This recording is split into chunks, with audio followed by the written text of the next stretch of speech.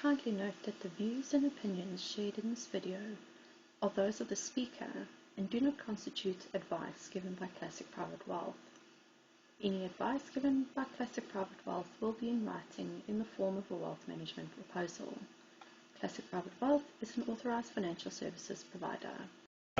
We've been dealing with a lot of the stuff that is front and center, the coronavirus, fiscal policy, government debt, those type of issues, what's happening in markets, which is obviously in the end very important for all of us. But we decided that this morning we'll do a bit on monetary policy, which I guess is incredibly important.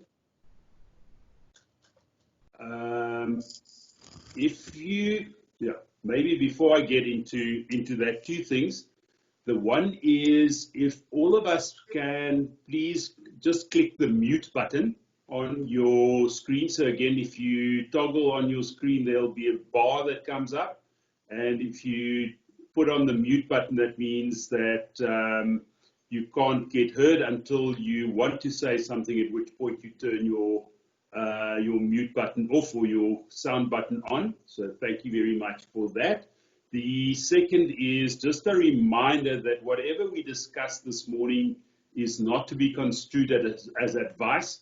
So in our regulatory environment, advice is a very specific thing.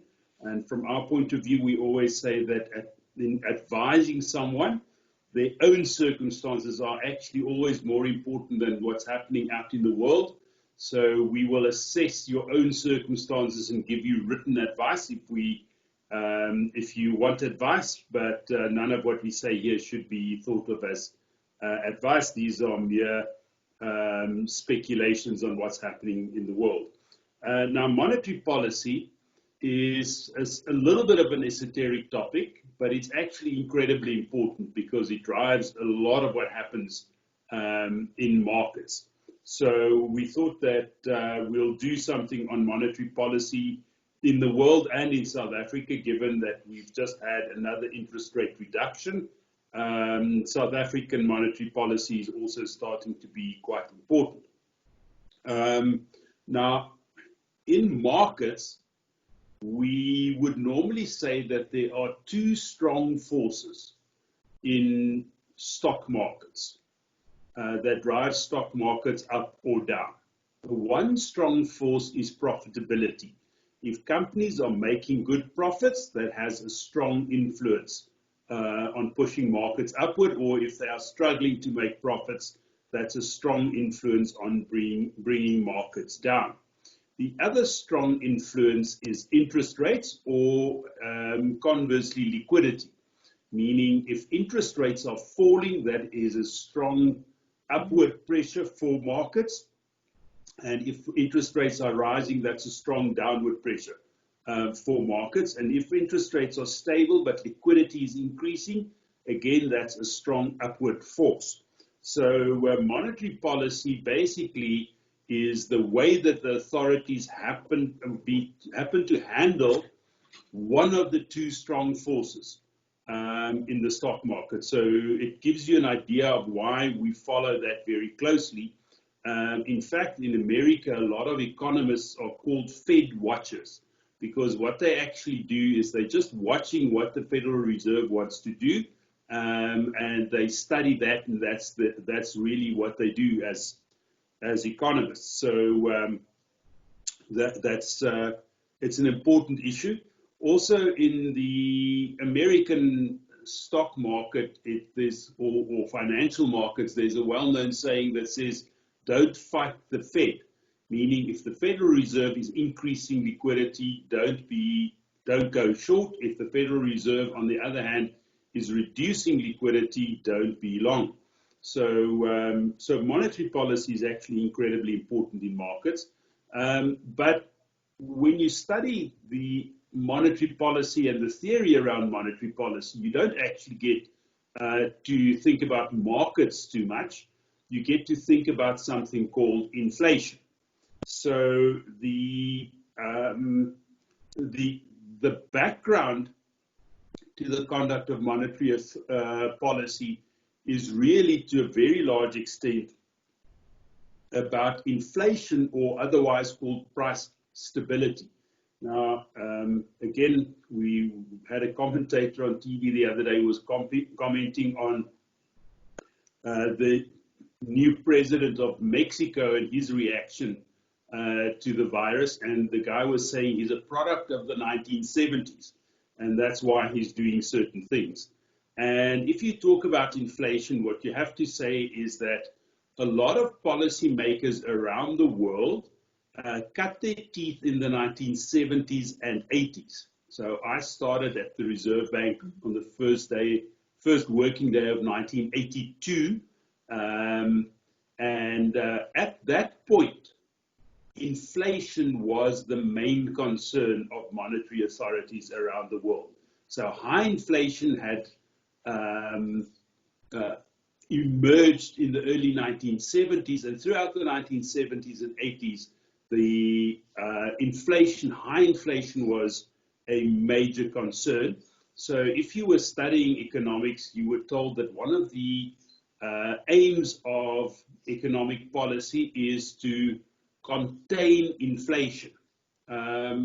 We have more recently, we've also had incidents around the world, especially in Japan, but also to some extent in places like Switzerland and parts of Europe, even briefly in the US. We've had incidents of falling prices, meaning deflation.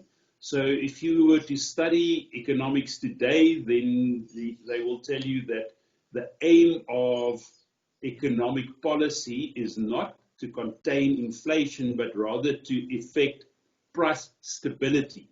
Because what we have to remember, and I think it's important in our current context, is that deflation is slightly worse than inflation, meaning generally falling prices are a bigger problem for the economy than generally rising prices. So the definition of inflation is that prices and wages continuously rise, whereas deflation is not an incident where prices fall, in the same way that an incident where prices rise is not really inflation.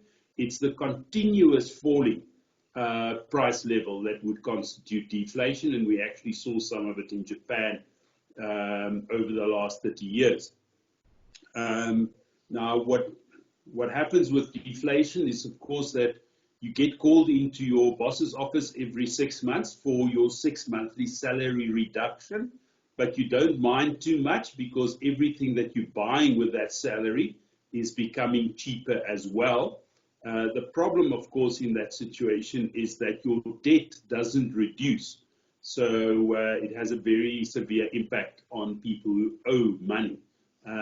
But in general, the opinion of economists is that price stability is what you want. You want inflation actually fairly close to zero. Now, just maybe a little bit of history on monetary policy. Effectively, you did not have monetary policy around the world until roughly the late 19th century, because effectively payment was made for all practical purposes in gold or something representing gold or silver. You had basically a movement towards a more formal monetary policy early in the 20th century. So the Federal Reserve System was started in 1912. Up to that point, private sector banks had issued their own currency based on the amount of gold that they held. So you had an effective gold standard. That broke down during the First World War. Then you had a lot of instability throughout the 1920s and 30s in terms of how the monetary system actually works. And then in 1944, the victorious Allies put in place something called the Bretton Woods Agreement, which was agreed at the Bretton Woods Country Club in New York. And what that says is that the United States will peg the dollar's value to gold, meaning you could convert dollars to gold freely wherever in the world you were, you could approach the Federal Reserve Bank, tender your dollars, and get a specific amount of gold for your dollars. And that specific amount of gold was, for every $35, you got 1 ounce of gold. So an ounce of gold was pegged at $35 an ounce, and the Federal Reserve stood ready to trade at $35 an ounce whenever you wanted to. And then all other countries would peg the value of their currencies to the dollar. Now, South Africa was part of that system and a very good member of that system, meaning from 1944 to 1971, the South African rand was maintained at exactly the same exchange rate to the dollar that it had been in 1944. Now, can you imagine the stability of the environment in which you are operating if your currency is pegged to the dollar and it stays at that same level for decades? So if you were planning a project in 1950 that was to come to fruition in 1960, you could actually tell exactly what the exchange rate would be by the time that your project came to fruition, if you were exporting, for instance, or importing. Now, in the world that we live in today, we can't really tell what the exchange rate is going to be tomorrow, never mind in 10 years' time. So it was a system which generated a lot of certainty, and we actually saw around the world during the Bretton Woods system from the, let's say, mid-40s to the early 70s, there was a very high level of economic growth driven by high levels of investment, which was really triggered to a very large extent by the amount of financial certainty that you had. So interest rates were pretty much pegged, the exchange rate was pegged, inflation was very low, so the inflation rate around the world was in the order of 1%, and that went for South Africa as well. So South Africa, until the early 1970s, was a low inflation country, and that was maintained through a peg of the currency. So in essence, monetary policy was driven by making sure that the peg of the rand to the dollar was maintained, and that maintained price stability. So if you're thinking about an anchor for monetary policy, it was the exchange rate. So interestingly enough, people who grew up while or learned their economics while the Bretton Woods system was in place was also always very concerned with what the currency level was, because that was the anchor of that system. So interestingly, Chris Stals, who later became the governor of the Reserve Bank, he cut his teeth during that period. And while he was governor of the Reserve Bank, he was still very concerned with what the level of the rand is. And he was inclined to intervene in the currency market to try to stabilize the currency. Whereas after Dr. Stals, the governors of the Reserve Bank we had, starting with Tito Mboweni, had far less concern with the currency because the world changed in 1971. America decided that they are going to step off the Bretton Woods system and the gold standard because they were no longer prepared to sell gold for $35 an ounce. And that basically removed the gold standard anchor behind the system, and it also removed the anchor of exchange rate stability. Because, for instance, if you were still pegged to the dollar, but there was high inflation in the dollar, that didn't actually mean that you had low inflation in your own country. You would actually import the high inflation from the dollar. So the whole world went into a much less stable period during the 1970s. And the first response financially to this is that we actually experienced a period of quite high inflation, inflation rising as high as 14% in the United States, which was really very, very high for them. Whereas in South Africa, the level of inflation actually went far higher and stayed high for a much longer period of time. So what actually happened is that for a while in the 1980s, people thought that targets for money supply would be a good anchor for monetary policy. That didn't work out very well. Margaret Thatcher was a big proponent of this, but it didn't really give the right results.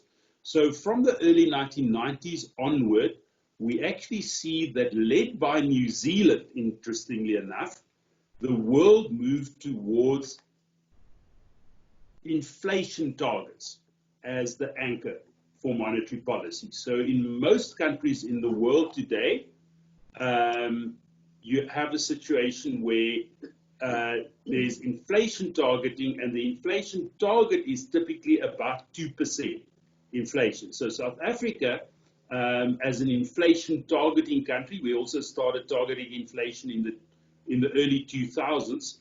As an inflation targeting country, we are unusual in the sense, first of all, that we have a range that we're targeting, so that the range is between 3 and 6%, and also that range is a lot higher than other inflation targeting countries use. So very few inflation targeting countries have a target of more than 2%. Now, there's a lot of debate in among economists about what the correct level of inflation target is. But in essence, we are locked into a world that is targeting 2% inflation in general. That inflation targeting regime has been extremely effective at bringing inflation under control. Interestingly, effectively controls inflation through the expectations of participants in the economy. So employers and unions, etc., would know that there's an inflation target of 2%, and so they would not exceed that in terms of their plans. In South Africa, for all practical purposes, people, until 2 or 3 years ago, accepted that we would not exceed the top end of the band.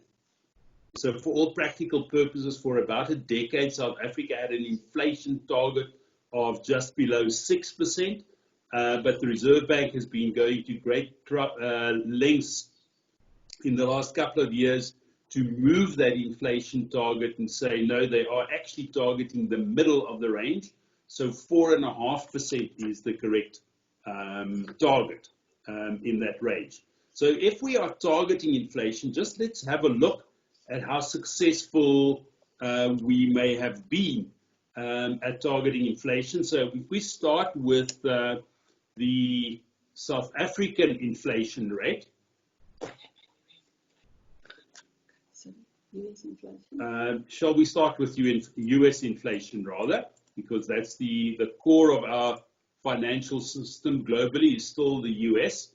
So let's just actually quickly go to the US inflation rate.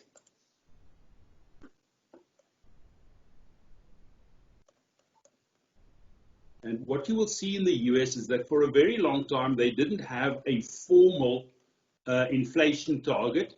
But as soon as the Federal Reserve started publishing their projections 3 years out, and those all converged at 2%, everybody knew that the US Federal Reserve was actually targeting inflation at 2%. So here we can see inflation from the late 1990s in the US. And you can see that in the early 2000s, you effectively have an inflation rate fluctuating between 2 and 4%, but kind of returning to 2%. And then after so effectively, inflation was still a problem because inflation in general tended to be slightly more than their target of 2%. But then with the financial crisis of 2008, you see that inflation actually dips to minus 2% during the crisis and then goes back to 2% and fluctuates really between 0 and 2%. So in 2015, you have another incident where the inflation rate basically goes all the way down to 0. But so effectively what you find is they've been very let's say, effective at containing inflation, but the bias in inflation is to be lower than 2%. And there you can see that right at this moment, we're very close to zero for inflation in the US. So it's very interesting if you look at the commentaries that says that people are very worried about inflation in future in the United States. Actually, policymakers are not worried about inflation. They are much more worried about deflation. They are worried that inflation may be too slow.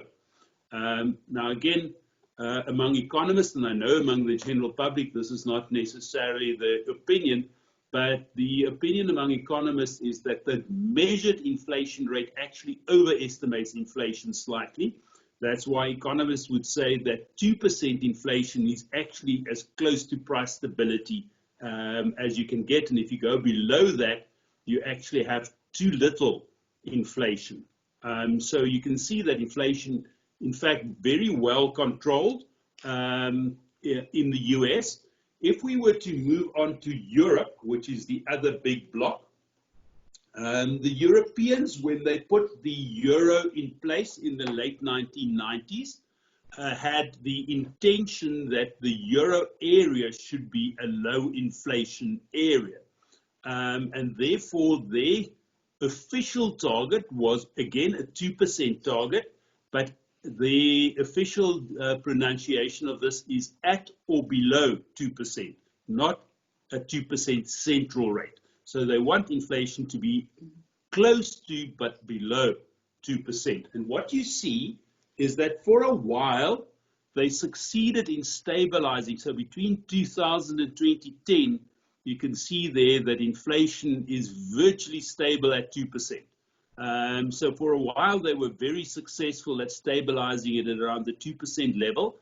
But then again, after the 2010 incident, you see that it falls to zero in 2010. And then there's another fall to about zero or slightly below zero at around 2015.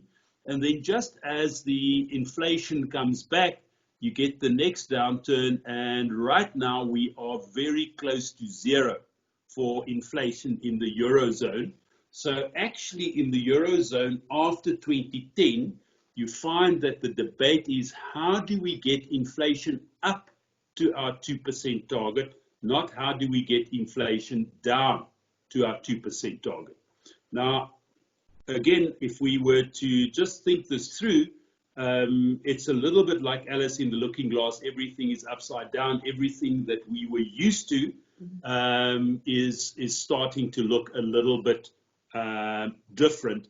And one of the big things that comes into play is that the two instruments of monetary policy, in fact, the second one we wouldn't have really discussed up to a couple of years ago. We would have said that the instrument of monetary policy is interest rates. So the way that you control demand in the economy is through interest rates, and that eventually will give you a result in terms of inflation. So if you want inflation higher, there's an easy remedy. What you do is you just drop interest rates to a lower level. The problem that you now find is that there is a so-called lower bound, meaning that it's very difficult to make interest rates much lower than zero. In fact, we always thought that zero was the lower bound, but we found during the crisis after about 2015, we find that zero is not the lower bound. A lot of countries in Europe now have interest rates that are roughly minus 0.5%. So interest rates can actually go lower than zero, but not much. So zero, for all practical purposes, is still a lower bound for interest rates. So effectively, you run out of ammunition if you only use interest rates to try to stimulate your economy. So what we see is that the central banks use something else, and that is they use their balance sheet. So if you look at the European Central Bank's balance sheet, you will see that from about 2008 onwards, they created a bit more money. And after 2015, they really came to the party and created quite a bit of money. We don't really see the latest increase in the money creation on this graph because, unfortunately, the time series is interrupted on this graph. You can see the last little bit emerging there at about 60 billion euros. So effectively, they've been creating massive amounts of money fairly recently. I'm not sure what went wrong with this graph, but anyway, you should be able to imagine that it actually continues to go up to about 60 from what you see there. But what it means is effectively the central bank prints money. Now again, printing money is an expression that is used because in previous times when paper money was basically the way the economy functioned, literally there were printing presses that printed money. So there's the famous incident where the Confederacy during the American Civil War in the 1860s, they didn't have enough income, so they just printed money. So there was a very high rate of inflation in the printed money of the Confederacy. So there's a strong element of what gets taught in universities that says if you print money, inflation will follow. Most countries in Europe also did this during the First World War, and there was some inflationary consequences. However, in the modern day, you don't actually print the money. You only print a small amount of money for people to use. Most money is actually electronic these days. So money is created by an electronic bookkeeping entry by the central bank.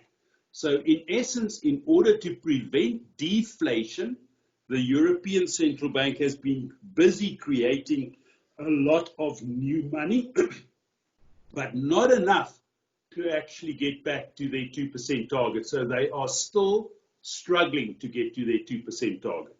If we go to what's happening to the American Central Bank's balance sheet,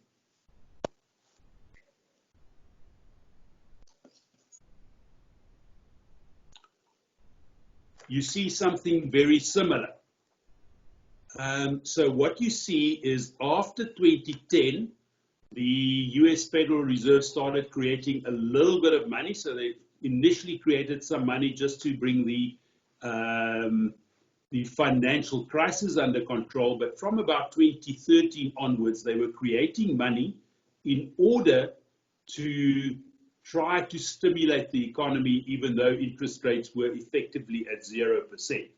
And then you see they tapered that creation of money off a little bit during 2019, but just as they were starting to taper it off, the economy slowed and they started creating a bit of money again. And then as the coronavirus struck, they actually started printing huge amounts of money very quickly. So there's been a very rapid expansion of the balance sheet of the Federal Reserve. And that means they are basically creating money and giving it to people in the economy. And the way they do that is they buy bonds, meaning they first of all buy government bonds, which pushes down the interest rates on those bonds and pushes up the value of those bonds. But then they have also started buying corporate bonds.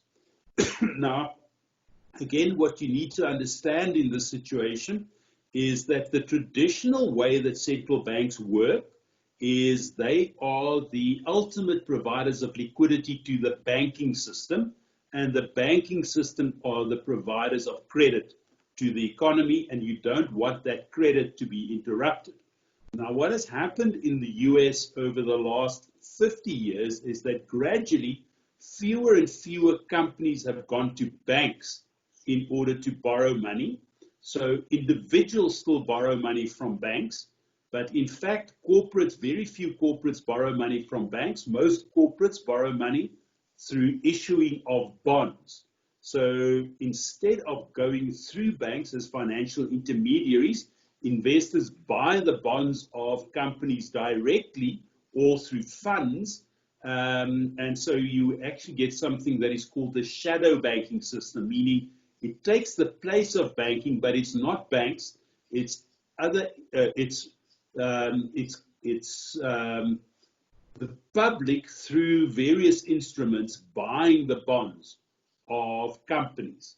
And what has happened in the latest incident is that the Federal Reserve actually stopped buying only government bonds and also started buying the bonds of corporates.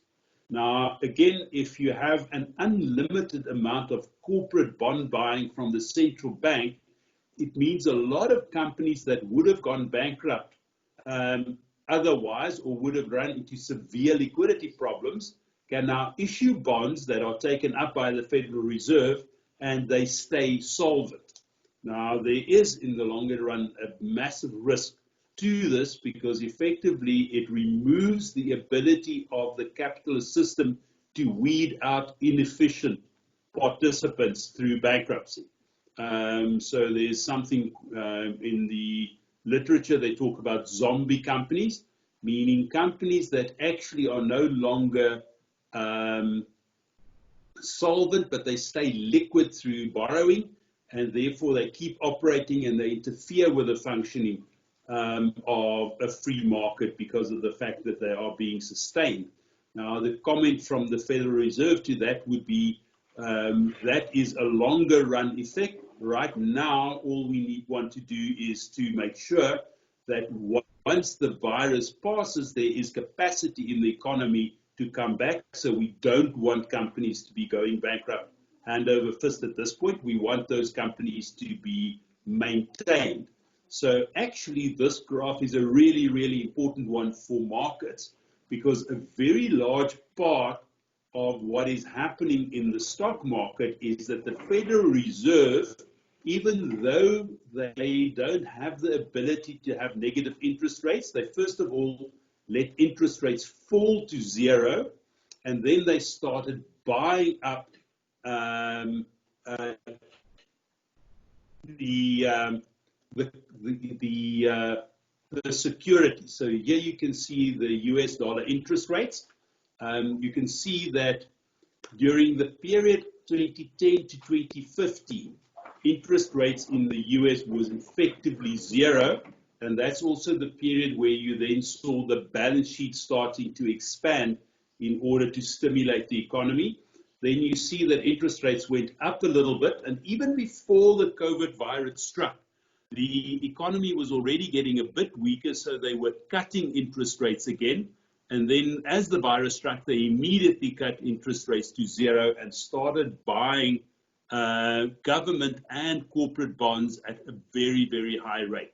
Now, what that means in terms of don't fight the Fed is that the Fed is absolutely determined to provide liquidity into the market at this point. So what they are saying is not that they want to actually control the level of the stock market, but if the provision of ample liquidity actually pushes up the stock market, they will not let themselves be dissuaded from providing that liquidity because they want to make sure that the economy is sustained as much as they can because they are very worried that inflation is already at zero, meaning roughly 2% below their inflation target, and they want to go to that inflation target from the bottom end. So effectively, for the last 10 years, and certainly right at this moment, we have the interesting development that where independent central banks were originally created in order to contain inflation, the main concern of those central banks is now to prevent deflation. And that's why they are extremely generous in their interventions in the market. So if we were to go to South African inflation, we're not quite. Still higher. Up a bit. There we go. If you look at the South African inflation rate, you see that the inflation rate actually came down significantly through the late 90s, because remember that we were coming from a situation where inflation rate was around the 15% level. Then with the collapse of the currency in the early 2000s, you had an inflationary incident, but as soon as the currency stabilized and started strengthening, you actually had an incident where inflation went to a very low level. So you got to a situation in 2004, as the rand strengthened after the 2001 very weak incident, you actually got inflation to very close to zero. Then you have inflation going all the way back up by 2008 to about 10% for a small period of time, and then coming back into the 3 to 6% range, and then staying within that 3 to 6% range from 2012 onwards. And now, for the first time in more than 10 years, we are exiting the inflation targeting range, except for a small incident in 2016, when for a very brief period we went to slightly more than 6%. So you can see that if you track the 6% line, from 2012 to 2016, we were very close to the 6% line. So actually an expectation developed in the South African economy that 6% is the likely inflation rate going forward. So for instance, if you were in wage negotiations, the inflation rate was assumed to be 6%. So if you said that we are giving inflation-related increases, 6% was assumed to be the range. Then you see that from roughly 2016, 2017 onwards, the inflation rate actually starts fluctuating roughly between 4 and 5%. So this is now the attempt by the Reserve Bank to actually get inflation to the midpoint, meaning 4.5%, rather than the than to have 6% be the middle of or the target range. So effectively, the Reserve Bank was trying to say 6% is not our target. We are targeting 4.5%, the middle of the range. And what we now see is that inflation has fallen to just more than 2%. So the latest inflation reading is 2.1%. So we have exited the range at the bottom. So for all practical purposes, what we can see is that we're now seeing the first inkling that the problem of potentially too low inflation is starting to emerge in South Africa. The same problem that the US and Europe have been struggling with for more than 10 years seems to be making its first appearance in South Africa. Now, it's really important then for us to just pause for 2 seconds and think about the effect on prices of the effect on prices of the coronavirus crisis. Because there are some things that are happening in the economy which tends to give you the idea that prices should be higher or be pushed higher by the crisis.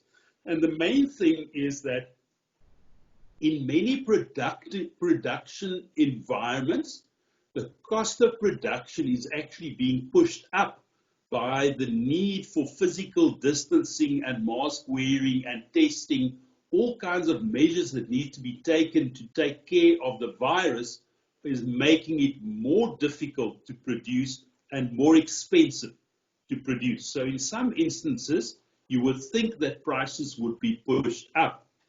On the other hand, in some instances, and in fact in a large swathe of the economy, the production costs are being cut because for many people like me are now working from home and commuting via the internet.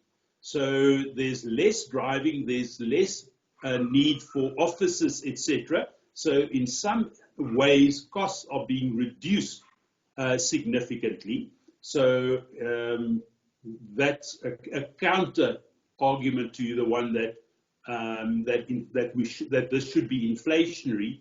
But in the fullness of time, we know that we'll go back to a situation once there is a vaccine or herd immunity. We know that we go back to normality. And once we get back to normality, we get a situation where we actually have the same production environment that we had before, but we have far less demand. So effectively, prices are always a function of the balance between supply and demand. And everything we're seeing at the moment says that the effect of the virus and the crisis and the lockdown is to greatly reduce overall demand. So people are still buying food, but they're not traveling, they're not eating out, they're not doing a lot of things that they did before. So, and plus, at the same time, a lot of producers have been pressurized to cut costs. So if your sales have been inhibited, the first thing you do is to cut costs and to cut salaries. So I know a lot of people who have had their salaries cut by 20%. I also know a lot of people who have lost their jobs. So effectively, the lack of demand also comes from the fact that people spend less because they have less income. So there's actually a very strong deflationary bias to the to the environment that we're seeing post the coronavirus crisis. So it's important to understand that the problem faced by the Reserve Bank at this point is more how do we get the inflation in South Africa back into the target range. So if we look at interest rates in South Africa,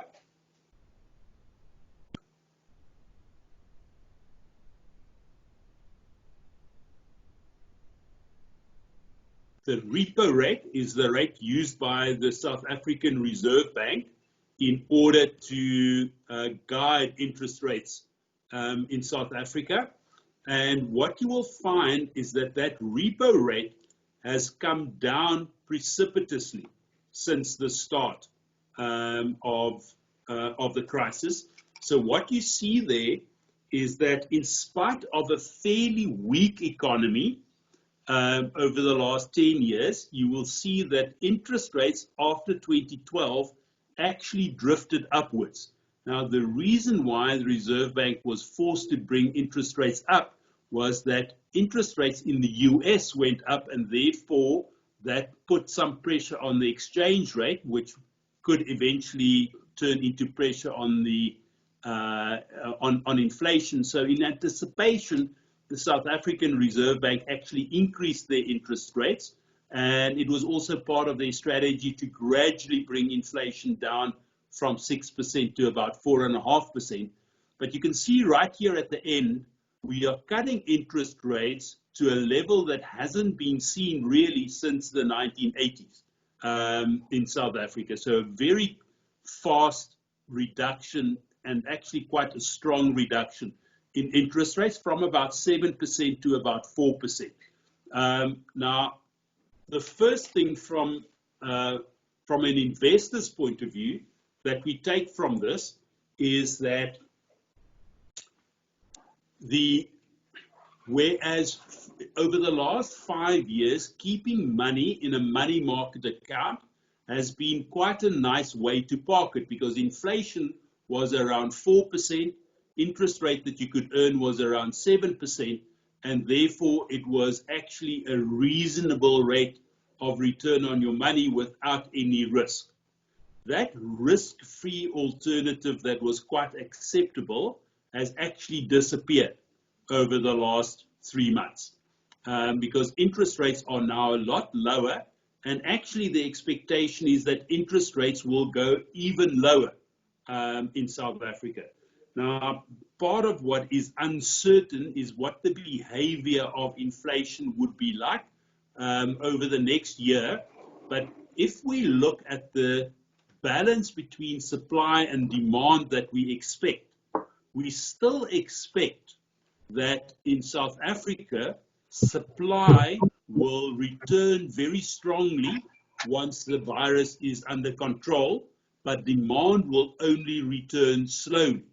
Therefore, we actually expect that inflation will be under pressure, and therefore we expect that the South African Reserve Bank will want to stimulate demand in the economy in order to get inflation back up into their target range.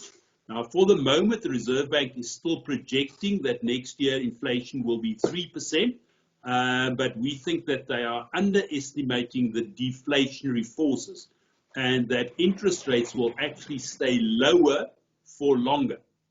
Now, I want to spend the last couple of minutes of our hour that we've scheduled on what are the effects in the South African economy of lower interest rates. Now, the first thing to mention about interest rates in South Africa is that although the Reserve Bank normally targets short-term interest rates, we now have low short-term interest rates in the South African economy, and that's likely to be quite long-lasting. However, we actually see that in the bond markets, now in the South African bond market, it's mostly the South African government that issues into the bond market, but also some corporates.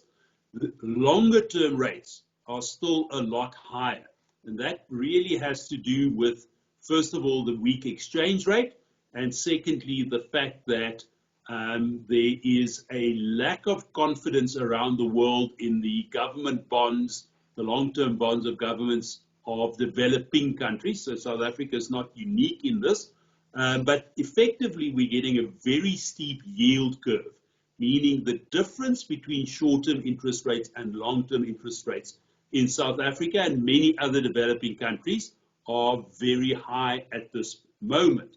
That doesn't mean it will stay that way forever, because effectively long-term interest rates are a composition of short-term interest rates.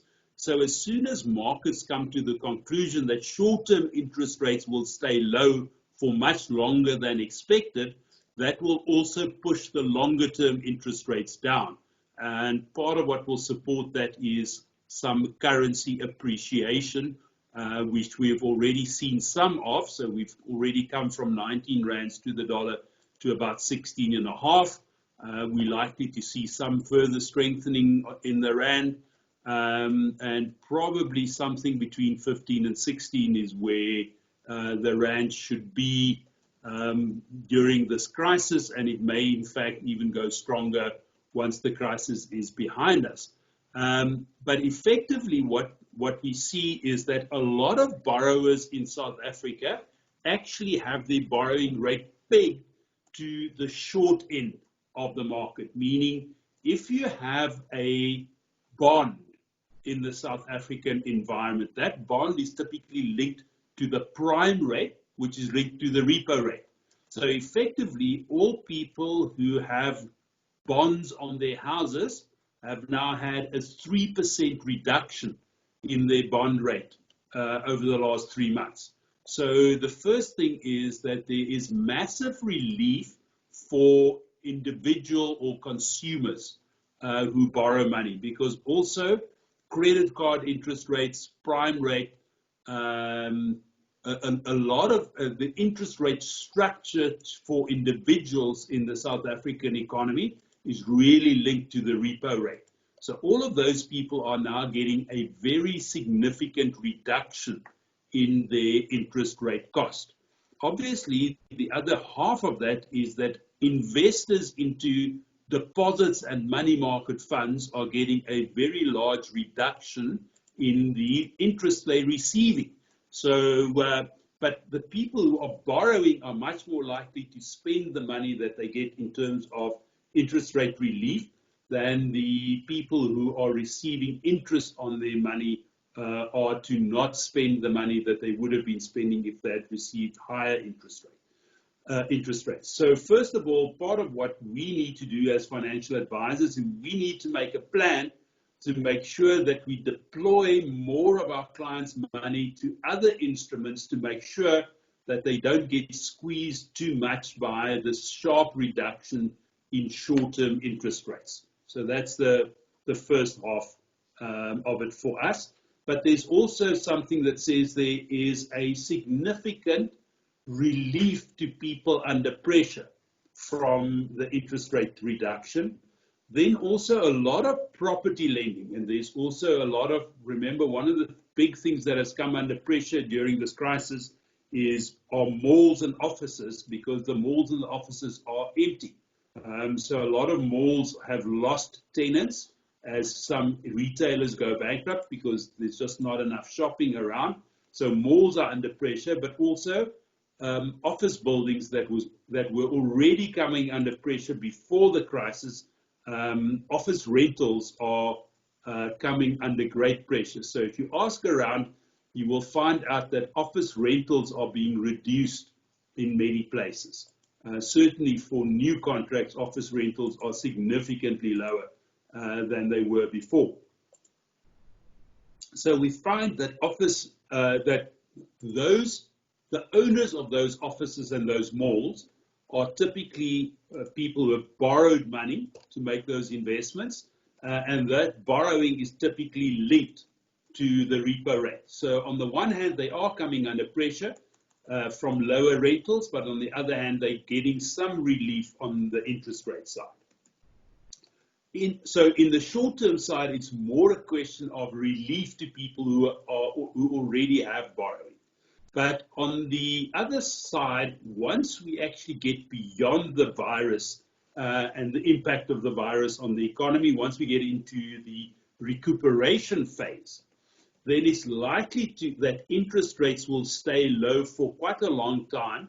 And what that will mean is a lot of projects that previously were unaffordable will become affordable, meaning with interest rates 3% lower than they've been, it becomes much more viable to say, let's say, put up a project where you want to generate clean energy. Because if you need to borrow the money to invest into the equipment that you need, that borrowing is going to be a lot more affordable for a long time. So effectively, the conclusion from our side is that we are going into a fairly extended period of quite low inflation. So let's say where we've experienced inflation of between 5 and 10% over the last 10 years, in the next 10 years, we are going to be likely to experience inflation between 1 and 5%, rather than between 5 and 10%. So inflation likely to be a lot lower for quite a long period going forward. On the one hand, and on the other hand, that will be accompanied by two things. The one is that the lower inflation rate will give room for lower nominal interest rates, but we will actually also have lower real exchange interest rates, just because the authorities will be so keen to stimulate the economy through monetary policy. Because remember, the alternative to monetary policy stimulation is stimulation through government borrowing. And the government already has been borrowing a huge amount of money, and therefore the government's balance sheet is under such pressure that the government will be much keener for low interest rates to stimulate the economy and for the private sector to come to the party and invest than for the government to do that. So maybe just one last comment on the current situation in South Africa, where there seems to be and Lee referred to it when we started, there seems to be a great need from the government to say, well, the private sector needs to be involved in stimulating the economy, meaning we will have these infrastructure projects, but the private sector needs to come to the party and take part in those infrastructure projects. The private sector needs to come to the party to give COVID relief. The private sector, all kinds of things. But if you want to get the private sector involved, you actually have to create the environment which is attractive to the private sector. And the first part of that environment is to say that in an environment where taxes are reasonable and predictable, the private sector is much more likely to want to participate. So once you start flighting ideas that there may be massive increases in taxes in the future, that will be a big discouragement to the private sector. The second thing the private sector would want is, as I say, predictability in contracts with the government. So unfortunately, one of the effects of state capture was that if you were not paying bribes and being on the side of the authorities, other private sector providers were put into place above you. So we had quite a few incidents in the mining industry where effectively mining contracts were taken away from some participants and given to other participants, clearly with corruption in the background. So for all practical purposes, what one has to say is an environment with low corruption is essential if you want to have private sector participation. So if you want to have private sector participation, the government will have to show that they are, number one, very serious about bringing corruption under control, which means that you need to start prosecuting some corrupt people clearly and in the well publicized. And the second thing is you need to actually make sure that you stabilize expectations about tax. Otherwise, the private sector will not participate. But the third thing that will really encourage private sector participation is lower interest rates for longer, and it really looks like that third leg is already in place. If we look at what the effect on markets will be, the interesting thing is that lower interest rates for longer is actually something that will encourage eventually spending in the South African local economy. So if you are very brave and you have a very long view, you can probably pick up great bargains in the retail and banking sector of the South African Stock Exchange. If you really have a lot of confidence that rates will be low and that it will be low for long enough to really spill through and not only be relief, but be a stimulus to spending. Questions and comments? Wikus, thanks from my side. That is exactly accurate. The talk last night was exactly that.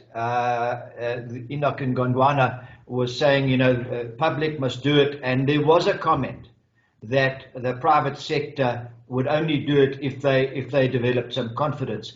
But the point I wanted to make is that most of our clients are comfortable because of the system that we have in place, which is following distance.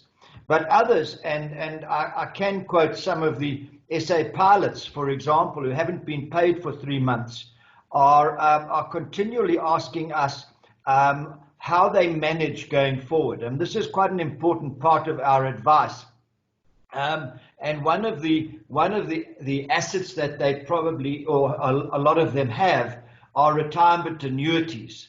And we're getting a lot of questions about that. And how do they realize retirement annuities? Can they realize retirement annuities? And if they do immigrate or leave to join another airline offshore, what is the prospect of that? And I just think it's not for perhaps today, but it's an interesting subject for people who are saying, I'm having to realize assets now to live, at least for the foreseeable future. And how do we do it? Yeah, I think that effectively, unfortunately, there's a massive amount of disruption happening throughout the economy with the whole lockdown scenario. Pilots and the whole travel industry, obviously extremely hard hit. by this. And unfortunately for the pilots, where you would normally think that it's a very transferable skill, that same pressure actually exists across the world. But it's likely that airlines will be resurrected in other places before South Africa, so there might very well be opportunities elsewhere. In that situation where you have a disruption in your income, or even in a business where you have a disruption in the flow of money, then financial planning becomes an extremely important issue.